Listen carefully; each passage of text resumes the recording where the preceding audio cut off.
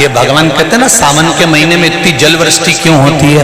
आषाढ़ में नहीं हो, भादों में नहीं हो, कुंवार में नहीं हो, कार्तिक में नहीं हो, और सावन में इतना पानी क्यों गिरता है? भगवान शंकर कहते हैं कि सावन में मैं इतना पानी इसलिए गिराता हूं कि तेरे भीतर जो विश्वास है, तेरे भीतर जो भक्ति है, वो सम्मुख है। तू जैसा है वैसा ही रहे, उसमें कुछ बदलने की जरूरत नहीं।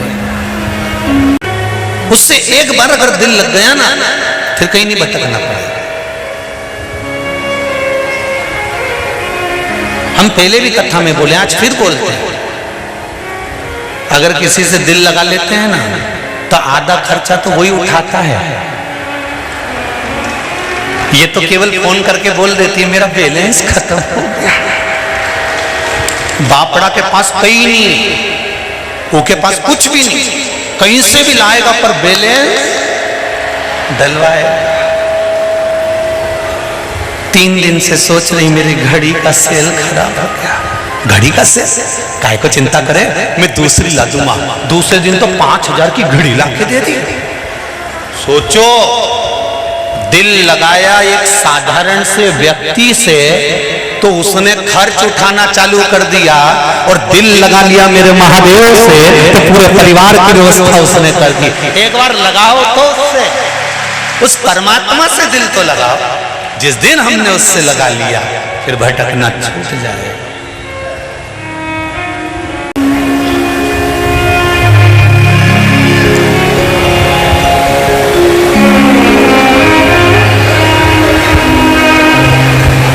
हम बहुत सारा चंदन लगा लें, माला माला पहन लें, और शंकर जी के बहुत बड़े भगत बन के बैठ जाएं, तो भगवान शंकर कहते हैं ऐसे भगत बनने से कुछ नहीं होगा।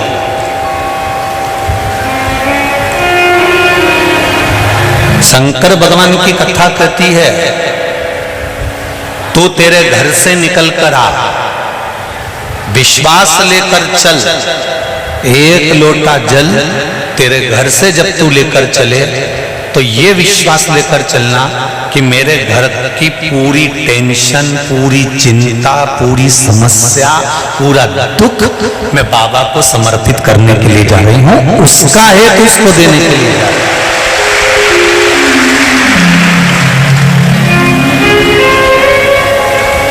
और कितनी भी अच्छी पड़ोसन होना, मंदिर में अपना दुख उस पड़ोसन को कभी मत सुनाना।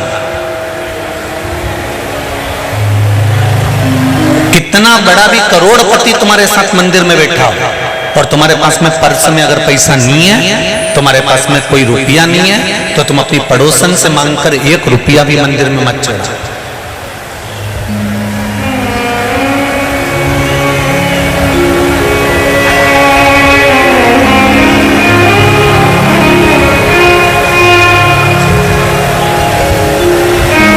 भगवान के दरवाजे पर जाओ और पड़ोसन से 10 रुपए मांगकर आरती में चढ़ाओ, या भगवान की गुल्लक में चढ़ाओ, या भगवान के चरणों में चढ़ाओ, तो भगवान को बुरा लगता है। बोलो सही है कि गलत है?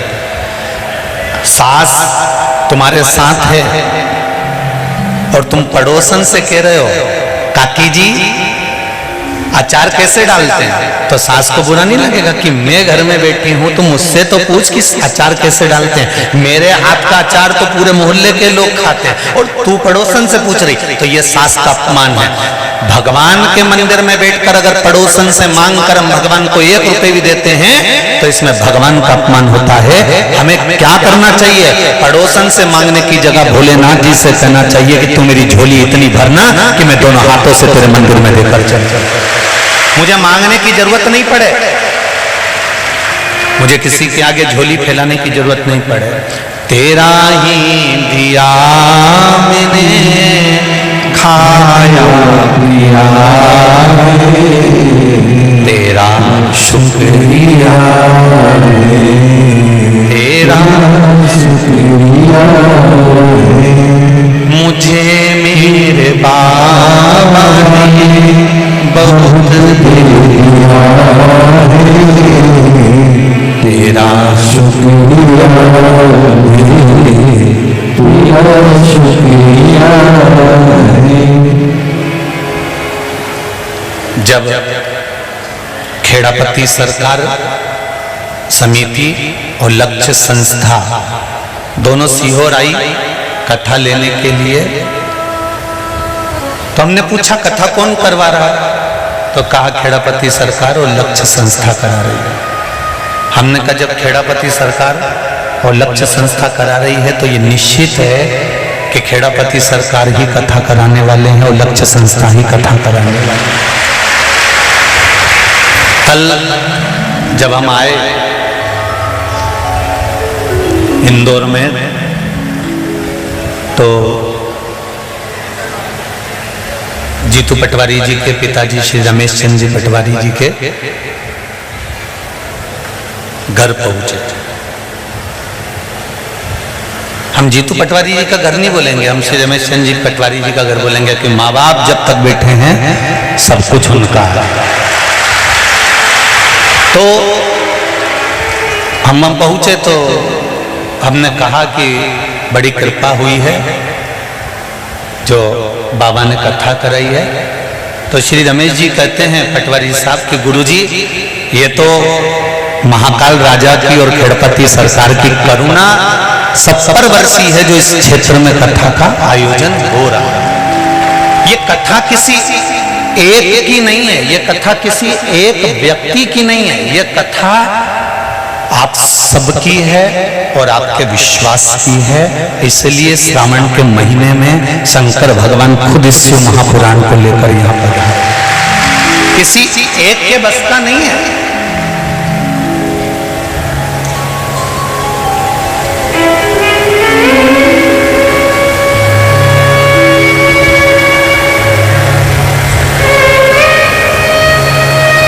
मंदिर का जब घंटा नहीं बजा, मंदिर का जब घंटा नहीं बजा तब पांडवों ने पूछा हमारी सेवा में कोई कमी रह गई है क्या,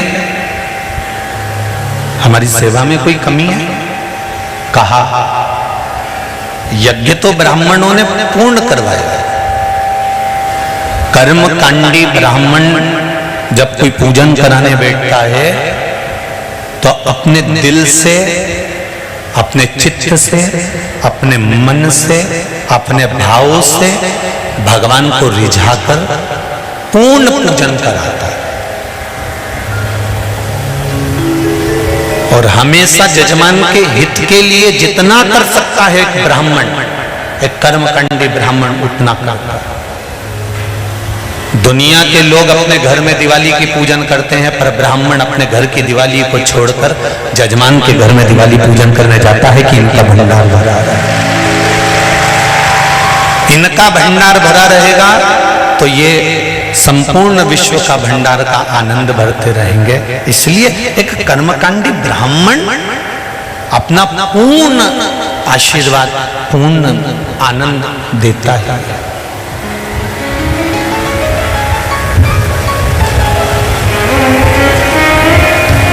महाराज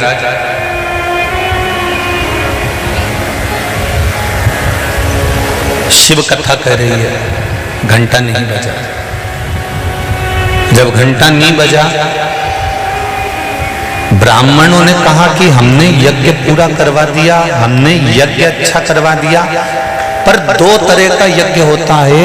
एक यज्ञ में सांकल्य दी जाती है, दूसरे यज्ञ में जो तुमने पूरे नगर में डोंडी पिटवाई की भंडारा भंडारा भंडारा भंडारा, और कोई भोजन करने से वंचित रह जाए,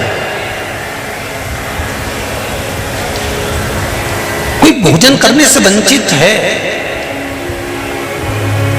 जरूर कोई भूखा रह गया है।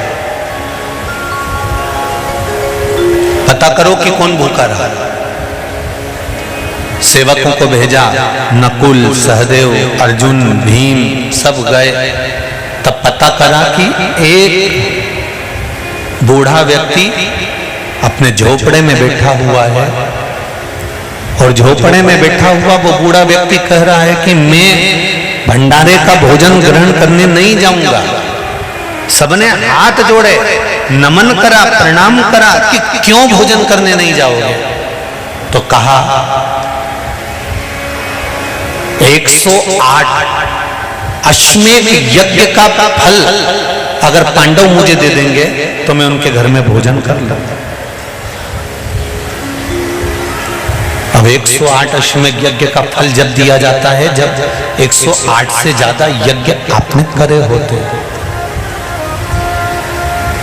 10 एकादशी आपने किसी बूढ़े व्यक्ति को दे दी, 5 एकादशी आपने किसी व्यक्ति को दे दी, 3 एकादशी का फल आपने किसी को दे दिया, तो एकादशी का फल आप कब दोगे? जब आपने 15 एकादशी कर रखी होगी, 50 एकादशी कर रखी होगी, 20 एकादशी कर रखी होगी, तब तो कोई फल आप दोगे। आपके पास में अगर 10 रुपए हैं तो आप किसी को 2 रुपए दे पाओगे। अब पांडवों ने तो इतने यज्ञ कभी करे ही नहीं थे, तो वो 108 अश्वमेध यज्ञ का फल कैसे दे देते? द्रौपदी के पास में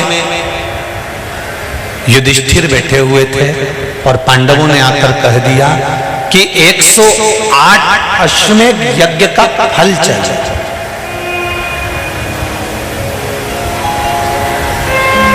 एक 108 अश्वमेध यज्ञ का यदि फल मिलेगा तब वो बूढ़ा व्यक्ति भोजन करने के लिए आया। कहा, द्रौपदी बोली हमने तो इतने यज्ञ नहीं करे, पर चलो मैं उस संत को मनाने के लिए चलती। द्रौपदी के लिए पादुका लाई गई, द्रौपदी ने पादुका नहीं पहनी। द्रौपदी के लिए रथ लाया गया, द्रौपदी ने रथ पर नहीं बैठी। पैदल द्रौपदी उस संत के दरवाजे पर पहुंची और बाबा से कहा, बाबा आप हमारे यहाँ चलकर भोजन करिए। बाबा कहते हैं 108 अश्वमेध यज्ञ का पुण्य दो, तब मैं तुम्हारे घर में भोजन करूंगा। द्रौपदी कहती है मैं 108 अश्वमेध यज्ञ का पुण्य देती हूँ। बाबा ने कहा, द्रौपदी तेरे पतियों ने तो इतने यज्ञ नहीं करे, तूने इतने यज्ञ कब कर लिए? द्रौपदी कहती है, बाबा हमारे शास्त्र कहते हैं, हमारा धर्म कहता है, हमारे वेद और पुराण कहते हैं, जितने कदम चलकर हम भगवान के मंदिर पहुंचते हैं, जितने कदम चलकर हम संत के दरवाजे पहुंचते हैं, जितने कदम चलकर हम शिव महापुराण की कथा तक पहुंचते हैं, उतने अश्वमेध यज्ञ हम अपनी जिंदगी के कर लेते हैं। उतने अश्वमेध यज्ञ हमने करते हैं और हमारे अश्वमेध यज्ञ कोई साधारण नहीं है।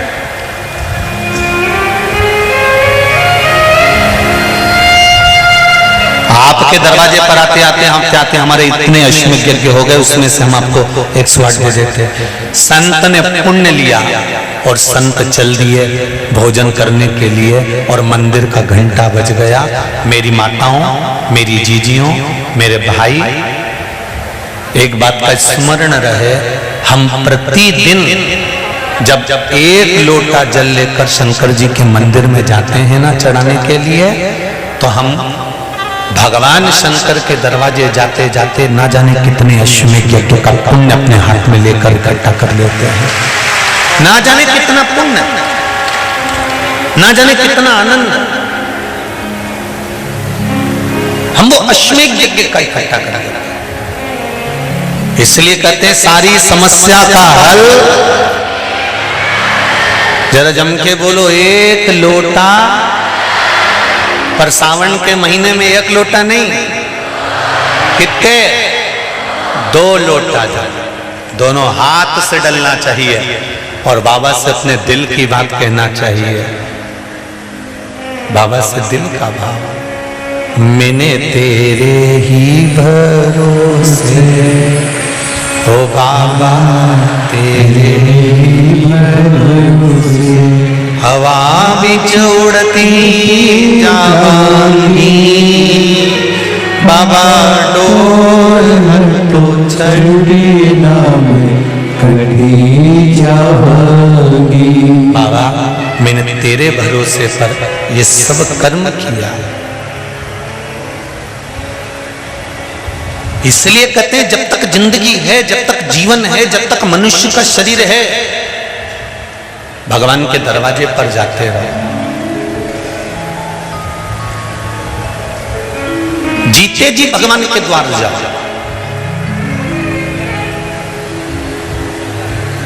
अपन जीते जी अगर भगवान के दरवाजे नहीं जा पाते, उसका दरवाजा तक हमने नहीं देखा, उसकी चौखट तक हमने नहीं देखी, दुनिया के लोगों ने हंसी उड़ा दी। बताओ, मंदिर जाने से कुछ होता? लोटा भर के पानी चढ़ाने से कुछ होता? नहीं होता। तो ये पत्र हम क्या करते? ये देखो एक पत्र आया, ध्यान दो।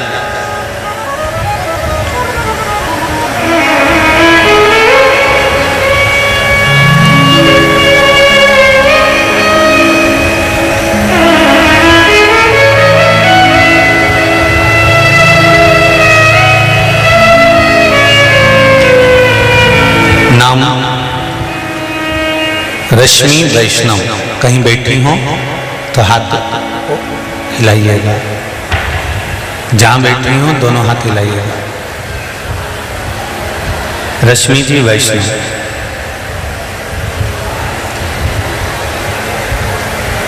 एक तो तुम इतने सारे तो आए हो रे,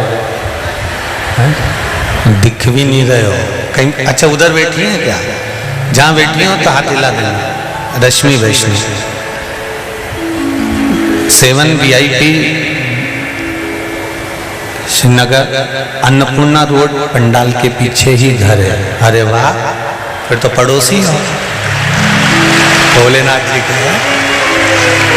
गुरु जी शिव महिमा का मैं क्या बखान करूं गुरुदेव। हमारे भाई का रिश्ता नहीं हो पा रहा था। जहां से भी बात आती थी मना हो जाता, लोग कान भर देते थे। गुरुजी, मैंने आपकी कथा शिव महापुराण की 1.5 साल से सुन रही हूं और मैंने भाई के लिए पशुपति व्रत किया। चौथा सोमवार को ही बाबा की ऐसी कृपा हुई कि एक रिश्ता आया और बाबा की कृपा से वो रिश्ता पक्का हो गया। 9 फरवरी 2023 की शादी निकल गई है और महादेव के आशीर्वाद से लड़की भी बहुत अच्छी मिली है। सोमवार के अगले ही दिन हम लोग कुबेरेश्वर धाम जाकर बाबा को प्रणाम कर कर आए। दूसरा पत्र है राधा वैष्णव, दरीसा माइंस राजस्थान से। कहीं बैठी हो तो हाथ हिलाइएगा।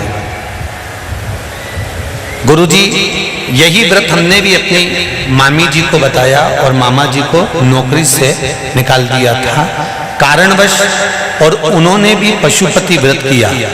चौथा सोमवार को ही मामा जी को फोन आ गया और नौकरी लग गई। बाबा के बताए हुए 1 लोटा जल से वही पानी हमने घर के सब लोगों को दिया। गुरुजी, मम्मी की शुगर अच्छी हो गई है, पापा का पैर और भाई को हार्ट हृदय में तकलीफ थी, वो भी बाबा की कृपा से सारे ब्लॉकेज हट गए। ये शिव है। कोई कहे कि शिव क्या देता है, हम कहते हैं एक बार तुम दिल देकर देखो, फिर वो क्या नहीं दे देता है ये उसके ऊपर। आप दिल तो दो।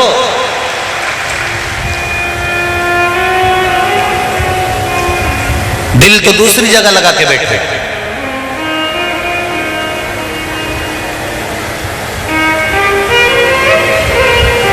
संसार के लोगों को दिल दोगे ना तो रात को 8 बजे से लेकर रात को 1 बजे तक बात करना पड़ेगा। बोलो सही है कि गलत है? जब तक नेट खत्म नहीं हो जाए। और परमात्मा को अगर दिल दिया है तो तुलसीदास जी लिखते हैं आदि में पुनि, एक क्षण भी हमने अगर हमारे भोलेनाथ को दिया है तो निश्चित है मेरा शंभू, मेरा शंकर तुम्हारे दुख की घड़ी में हर पल तुम्हारे सामने खड़ा मिलेगा। हर पल, हर क्षण, हर समय।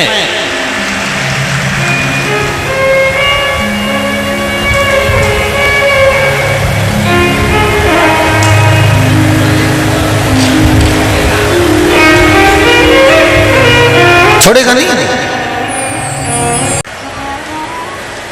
कार दिलाऊं मना नहीं है, पर बच्चों को पहले संस्कार दिलाओ। कार दिलाओगे तो बच्चे बेचकर खा जाएंगे, और बच्चों को अगर अच्छे संस्कार आ गए तो कारों की लाइन लगा देंगे, ये निश्चित है। देवराज की माता शिव मंदिर में जाती थी और 1 लोटा जल समर्पित करती थी, उसका नियम था। उसका भाव था, नियम था। और वो एक लोटा जल कब काम आया? जिस समय पर देवराज के तन पर बुखार आया, शरीर तपने लगा, चोरी का सामान ले जाकर शंकर जी के मंदिर में रखकर चुपचाप ठंड लग रही थी तो दुबक कर बैठ गए।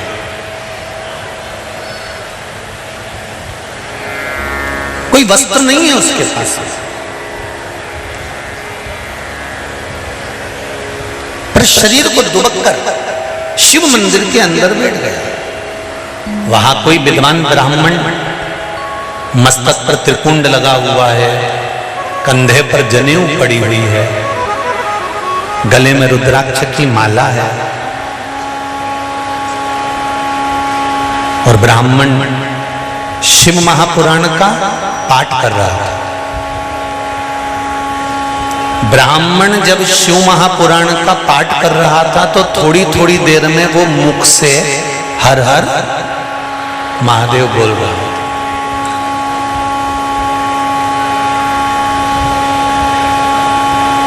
देखिए,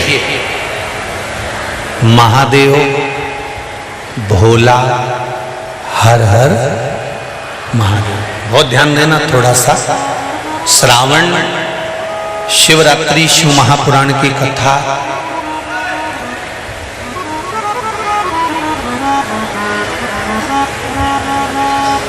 खेड़ापति और लक्ष्य सेवा संस्थान द्वारा चल रही है। इसमें आपको 3 चीजों का स्मरण करना: महादेव, भोला और हर हर महादेव। इन तीनों का उच्चारण कहां कहां पर करना चाहिए वो समझिए जरा। अभी तक जितनी भी आपने शिव पुराण सुनी होगी उसमें हमने ये वर्णन नहीं करा।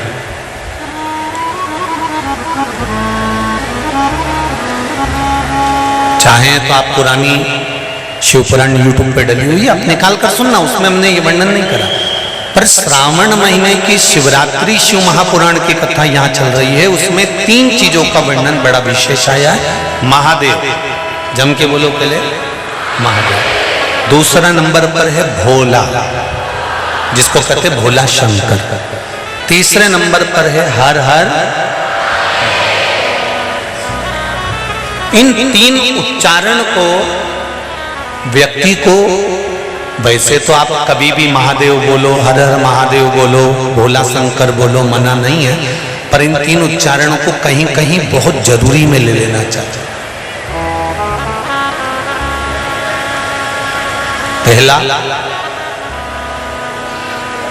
जब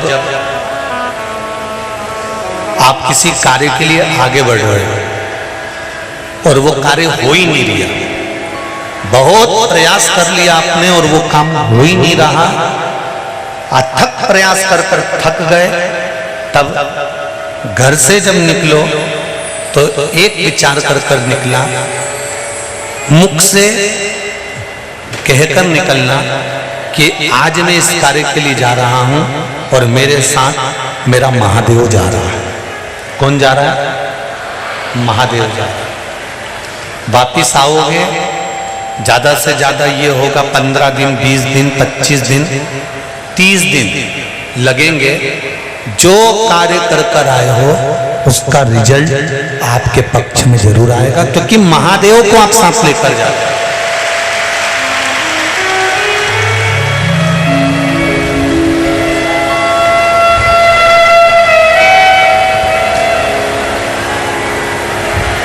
अगर हमने किसी की निंदा कर दी है, हमने किसी की निंदा श्रवण कर ली है, हमारे मुख से हमने अपशब्द कह दिया, हमारे मुख से हमने किसी को ताना दे दिया, हमारे मुख से हमने किसी को गाली दे दी, हमारे मुख से हमने किसी को आड़ा टेढ़ा बोल दिया, तो दिन भर में कम से कम 3 बार या तो गंगा जी का स्मरण कर लेना चाहिए, हर हर गंगे, या फिर नर्मदे हर, और अगर ये भी नहीं कर सकते तो हर हर महादेव। 3 बार मात्र स्मरण कर लेने से जीव के मस्तक का जो पाप है वो क्षीण होने लगता है, समाप्त। तीसरे नंबर पर है भोले शंकर।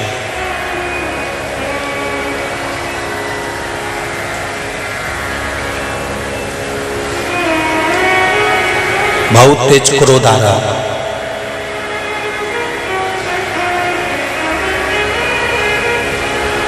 दो निर्णय पर आप बैठे हुए हो। एक मन कर रहा है इस लड़के से शादी करूं कि इस लड़के से शादी करें, इस लड़की से ब्याह करें कि इस लड़की से ब्याह करें, किराने की दुकान डालें कि जनरल स्टोर डालें, इस जगह पर नौकरी करूं कि इस जगह पर नौकरी करूं। उस समय पर जब दो नाव सामने खड़ी है और एक नाव पर सवार होना है, उस समय पर एक बेलपत्र लेकर, भोले शंकर का नाम लेकर, एक बेलपत्र लेकर, भोले शंकर का नाम लेकर, बेलपत्र के पेड़ के नीचे ही रखकर निर्णय ले लिया करो। वो निर्णय तुम्हारा सफल होगा, कभी भी निष्फल नहीं। एक बेलपत्र का बल कितना प्रबल है, स्कंद पुराण भी कहती है कि बेलपत्र का एक पत्ता, मात्र केवल एक बेलपत्र का पत्ता हमारे जीवन में सुख प्रकट कर देता। एक पत्र आया, देखिए,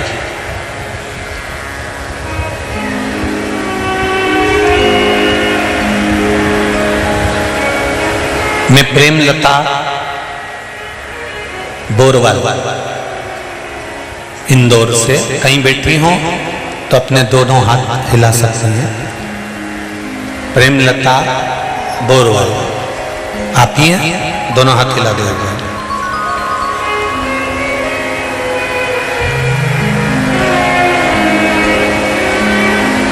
हाँ दीदी दिख गए, हर हर महादेव। मैं प्रेमलता बोरवाल इंदौर द्वारकापुरी में निवास करती हूँ गुरुजी।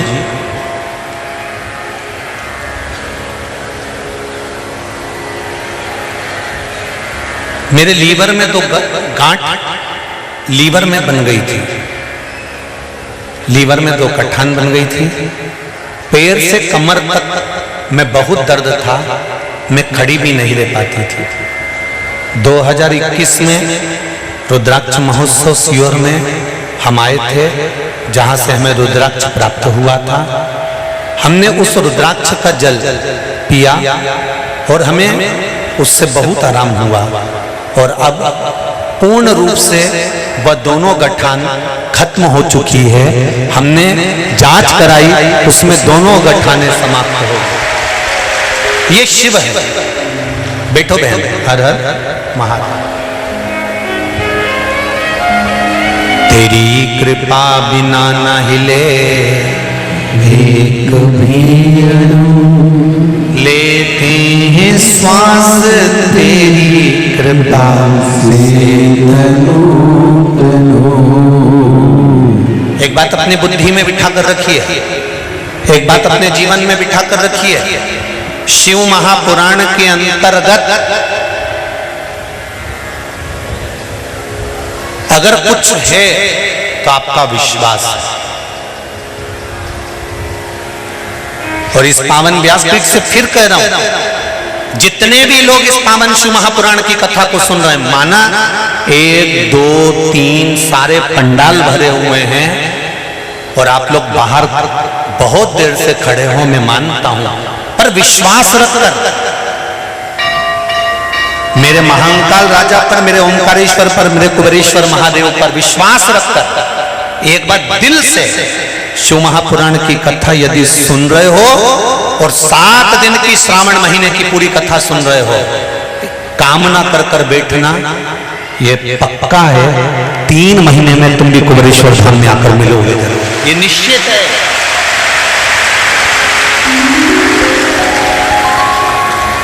पर विश्वास के साथ में कथा सुनना, दृढ़ता के साथ में सुनना, आपके भरोसे के साथ सुनो, वो मिलेगा। कौन क्या बोल रहा है, पड़ोसन क्या बात कर रही है, पड़ोसन कितनी देर से उठा बैठक कर रही है, कहीं जा रही कहीं आ रही, हमें उससे मतलब नहीं। हम तो शंकर को पाने के लिए आए, हम शंकर का कथा सुनने के लिए आए, हम शंकर का स्मरण करने के लिए आए। इतनी दूर दूर से 10 रुपए 20 रुपए 50 रुपए ऑटो का, गाड़ी का, डीजल का खर्च कर कर इतनी संख्या में आप लोग आकर बैठे हो, तो बाबा आपको खाली तो नहीं भेजेगा, कुछ ना कुछ देकर जरूर भेजेगा, ये निश्चित है। बस दिल लगाना उस,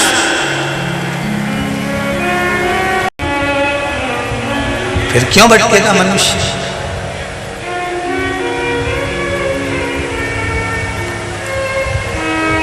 उसके सहारे हो जाए। भोलेनाथ दया करना, मैं तेरे भरोसे हूँ, मेरे बाबा दया करना, मैं तेरे भरोसे हूँ। जैसे प्रतिदिन अगर बेलपत्र खाओगे शंकर जी के मंदिर की, तो मुख में जीवान छार छार हो जाती है। बोलो सही है कि गलत है? प्रतिदिन बेलपत्र खाओगे शंकर मंदिर की, तो मुख में कई बार छाले भी पड़ जाते हैं। सत्य है कि गलत है? शिव महापुराण की कथा कहती है अति सर्वस्व वर्जते। आपको अगर बेलपत्र खाना है, हफ्ते में 2 खाओ, हफ्ते में 3 खाओ। मुंह में अगर छार छार हो रहा है, छाले पड़ रहे हैं, तो बेलपत्र को, शिवजी की चढ़ी हुई बेलपत्र को सुखाकर चूरा बनाकर इतनी सी चुटकी भर खा लिए, पानी पी लिया। लीवर गड़बड़ हो गया है, डायलिसिस चल रहा है, किडनी गड़बड़ हो गई है, डॉक्टर बोल रहा है कि डायलिसिस करवाना पड़ेगा, तो बेलपत्री के पीछे की जो डांट होती है, जिसको आप लोग तोड़ के फेंक देते हैं, तो बेलपत्री के पीछे की जो डांट है, ये ब्रह्मा विष्णु महेश। समझ में आ रहा है आप लोगों को? बीच में जो डंडी दिख रही है आपको, इसके बीच में बड़ी पत्ती और 2 पत्ती के बीच में जो खाली जगह है, ये खाली जो डंडी है, इसमें 33 कोटि देवी देवताओं का स्थान होता है। किसका स्थान है? 33 कोटि देवी देवताओं का। इसलिए बेलपत्र चढ़ाते समय बेलपत्र को इस जगह से पकड़कर समर्पित किया जाता है कि 33 कोटि देवी देवताओं का स्पर्श कर कर, ब्रह्मा विष्णु महेश का स्पर्श कर कर चढ़ाया जाता है। बेलपत्री के नीचे की जो डंडी होती है, ये 2 पत्ती से लेकर नीचे का जो भाग होता है, ये स्कंद पुराण कहती है, इसमें 64 योगनियां और मेरी माता पार्वती का संपूर्ण जितनी शक्तियां हैं, वो सारी शक्तियां इस डंडी के अंदर विराजमान होती हैं। इस डंडी के पीछे एक गोखरू होता है, जिसको माताएं तोड़ देती हैं। वो जो टूटा हुआ गोखरू रहता है, उसमें भगवान शंकर के प्रत्येक गण का भाव रहता है। इनका काम क्या रहता है? जब शरीर में किसी व्यक्ति के जीवन में जब दुख तकलीफ या रोग बढ़ता है, तो वो गोखरू जो नीचे का रहता है, वो टूटा हुआ गोखरू अशोक सुंदरी वाली जगह पर चढ़ाकर हफ्ते में 2 बार उसको चबा चबा कर अगर खा लिया जाए, तो डायलिसिस की जरूरत नहीं पड़ती, डायलिसिस छूट जाता है, लीवर और किडनी काम करना प्रारंभ कर देते हैं। और अच्छे से सुन लेना, अभी की अभी घर जाकर शुगर की जांच करना। शुगर कितनी भी हाई जा रही होगी, बेलपत्री के नीचे का गोखरू टूटा हुआ अशोक सुंदरी पर चढ़ाकर खाकर 5 से 7 मिनट मुंह में रख लीजिए, और उसके बाद शुगर की जांच कर लीजिए, शुगर लेवल में मिलना प्रारंभ हो जाएगा। बेलपत्री का जो सुख है, वो जीवन का आनंद देना है।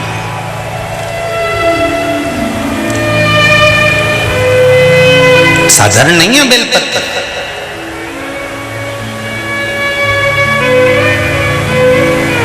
देवराज ब्राह्मण की माता के पुण्य देवराज नाम के ब्राह्मण की माता का एक लोटा जल चढ़ाया हुआ कहां काम आया? जब देवराज के शरीर में ताप पड़ा, देवराज बीमार पड़ गया, शंकर जी के मंदिर में चोरी का सामान लेकर बैठ गया। चोरी के सामान को लेकर शिव मंदिर में देवराज बैठ तो गया, चोरी के सामान को लेकर देवराज बैठ गया।